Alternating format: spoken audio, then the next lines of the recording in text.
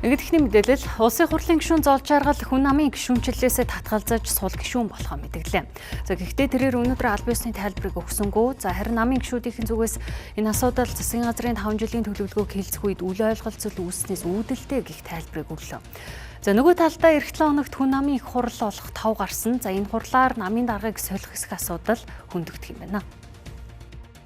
Улсын хурлын гишүүнээ золж аргал хүн намын гишүүнчлэлээсээ түтгэлзэж парламентод сул гишүүн болно гэдгээ мэдгээд байна. Улсын хурлын тухай хуулиар дэвшсэн намаас татгалзсан гишүүн бусад нам эвслийн бүлэгт орох хоройтой байдаг. Иймээс ч 126 гишүүнтэй парламент нэг сул гишүүнтэй болохоор болж байна. Харин золж аргалыг намаас ямар учраас татгалзахаар болсон бэ гэдэгт намын гишүүд нь дараах тайлбарыг өглөө.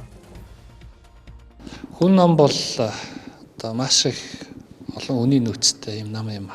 Тэгээд нам дотор бол гишүүд бол орж л байдаг, гарч л байдаг. Энэ бол байх зүй ёсны зүйл. Яг надад бол албан ёсоор бол намаас яг одоо гарна гэсэн тийм мэдээлэл бол ирээгүй байна. Энэ нэг хөрөнгө оруулалтын төсөл ороод ирэхэд бусад бүх зарчим маань алдагдах гэдсэн учраас яг энэ хөрөнгө оруулалтын төслүүдийг дэмжихгүй явъя гэдэг ийм ажлын хэсгийн үндсэн зарчим баримтлаад явж исэн. Тэгээ яг одоо золоо гишүүний маань гаргасан саналын хувьд бол яг тухайлан одоо яг энэ нөгөө химийн үйлдвэрийн төсөл маань байгаа юм шүү гэдэг ямиг одоо бас одоо урьдчилж мдэггүй байсан л та. Тэгээд эн чинь 190 зарчмын зөрүүтэй санал хураалгасан.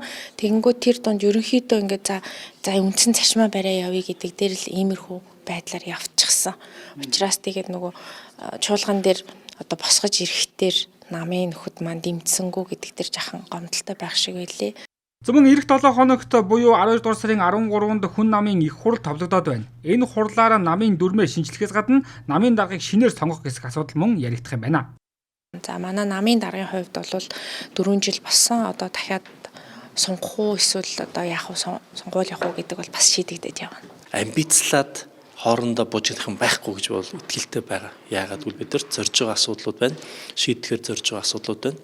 Засагт хамтгаад орсон байгаа, хийж байгаа ажлууд байна. Энийг дуусгах ажлууд байгаа. Намын удирдлага лидер манлайлагчдын хувьд бол мэдээж хэрэг хэнийг нь ямар бүтцийг нь яаж өөрчлөх үү гэдгийг ярилцсан. Гэхдээ бол миний хувьд бол намын даргаыг өөрчлөх шаардлагагүй гэж хатуу итгэж байна. Зэнхүү улсын хурлд 8 суудалтай байсан хүн нам 7 суудалтай болох төлөвтэй байна. Түүнчлэн намын даргын асуудалд давхар хөндөгдөхөр байгаа ч засгийн газарт хамтарч байгаа учраас дорж хандыг уйлраан томилох магадлал өндөр байна.